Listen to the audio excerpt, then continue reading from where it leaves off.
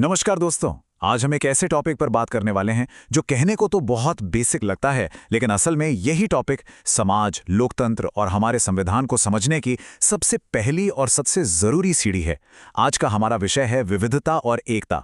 देखिए, ये सिर्फ छठी क्लास का कोई चैप्टर नहीं है, बल्कि यूपीएससी, बीपीएससी, सीटेट जैसी हर बड़ी परीक्षा के लिए एक बहुत ही बुनियादी, एक फाउंडेशनल कॉन्सेप्ट है।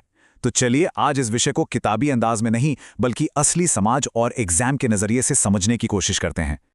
तो आज की हमारी इस पूरी बातचीत का जो सबसे बड़ा सवाल है वो यही है कि क्या ये जो विविधता है, यानी जो डाइवर्सिटी है, वो हमारे समाज को मजबूत बनाती है या फिर उसे कमजोर करती है। यकीन मानिए, इस एक सवाल का जवाब ही इस पूरे टॉपिक का सार है, और यहीं पर इसी सवाल पर ज्यादातर स्टूडेंट्स गलती कर बैठते हैं।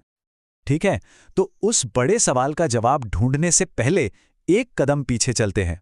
ये समझना बहुत जरूरी है कि आखिर इस शब्द विविधता का असली मतलब क्या है।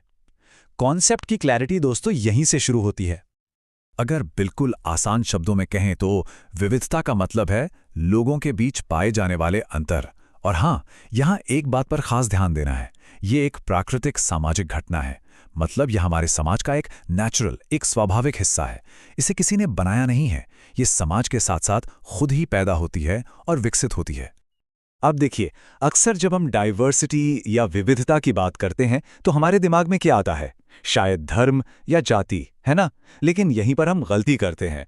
इसका दायरा बहुत बहुत बड़ा है। ये हमारी भाषा में है, हमारे खाने में है, हमारे कपड़ों में, हमारे रीति रिवाजों में, रहन सहन में, और तो और हमारे सोचने के तरीके में भी विविधता होती है। चलिए इसे एक बहुत ही आम से उदाहरण से समझते हैं। सोचकर देखिए, कोई इंसान उत्तर भारत के किसी शहर से ट्रेन पकड़ता है और दक्षिण भारत के किसी शहर तक का सफर करता है। उस सफर में ही उसे महसूस हो जाएगा कि अरे, लोगों की भाषा बदल गई, खाने का स्वाद और उसके बनाने का तरीका बदल गया, कपड़ों का स्टाइल बदल गया, मतलब पूरी जीवन शैली ही अलग है। लेकिन इतने सारे अंतरों के बाद भी वो इंसान उसी एक देश भारत का नागरिक है। बस यही तो विविधता का जादू है, इतने सारे अंतरों के होते हुए भी एक साथ रहना।